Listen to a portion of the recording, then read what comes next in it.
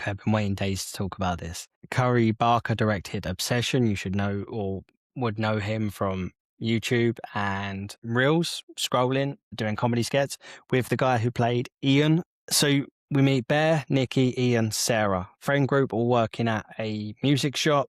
They do quizzes together. Bear has a crush on Nikki. It's left up ambiguously on whether she feels the same way about him.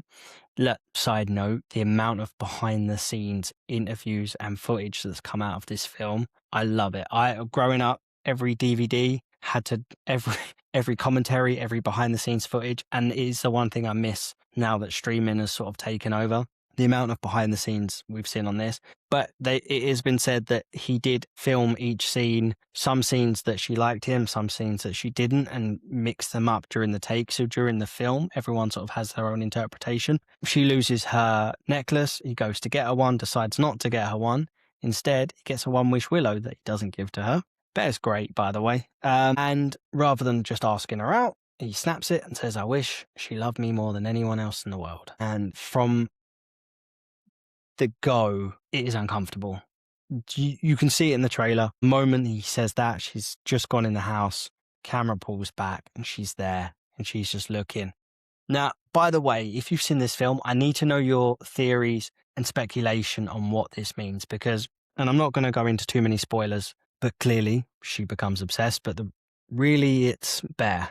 Bear is the one. This is his obsession. He never really views her as a romantic interest. I think he just wanted to be with her because he found her attractive. I don't know. But then we get into it and we get into all the creepy stuff. She's doing creepy moonwalks across the room. She's hiding in corners. She's having freakouts at parties. And I screamed in the cinema really loudly during one particular scene with a brick and they laughed at me. So that was fun. Anyway.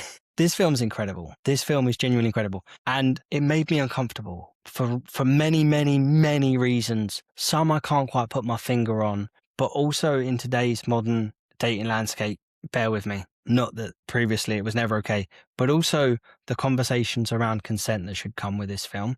Because as well, consent is key. Let's be honest. You've seen it from the trailers. It's not a spoiler to say that Bear takes away her autonomy and he's the main character. And a lot of the time when there's a main character that does despicable things, you still want to root for them. I never found myself at any point rooting for Bear. Not at any point. Not for a single second. This film is so well done. And the fact that it was made for less than $1 million and it's done we've seen 1,000 big budget, haunted house, the final act is all of the chairs moving and tables and everyone's screaming and big music. This isn't that.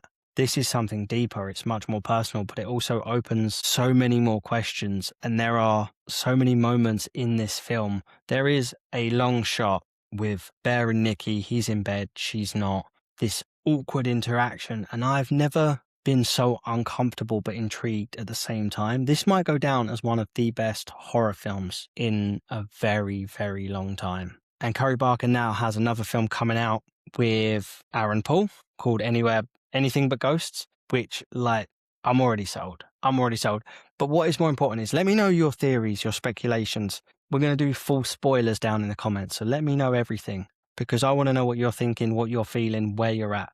This film made me uncomfortable and creeped me out and grossed me out at various points, but it never ever at any point felt like it was going not too far is not the right word. I'm struggling. But I will say another little side note as well. It should be noted. The cinema that I was in for this during this screening laughed more than it did for Scary Movie 6. We're just going to ignore that. Anyway, okay, till the next one, guys. I'll see you soon. Bye.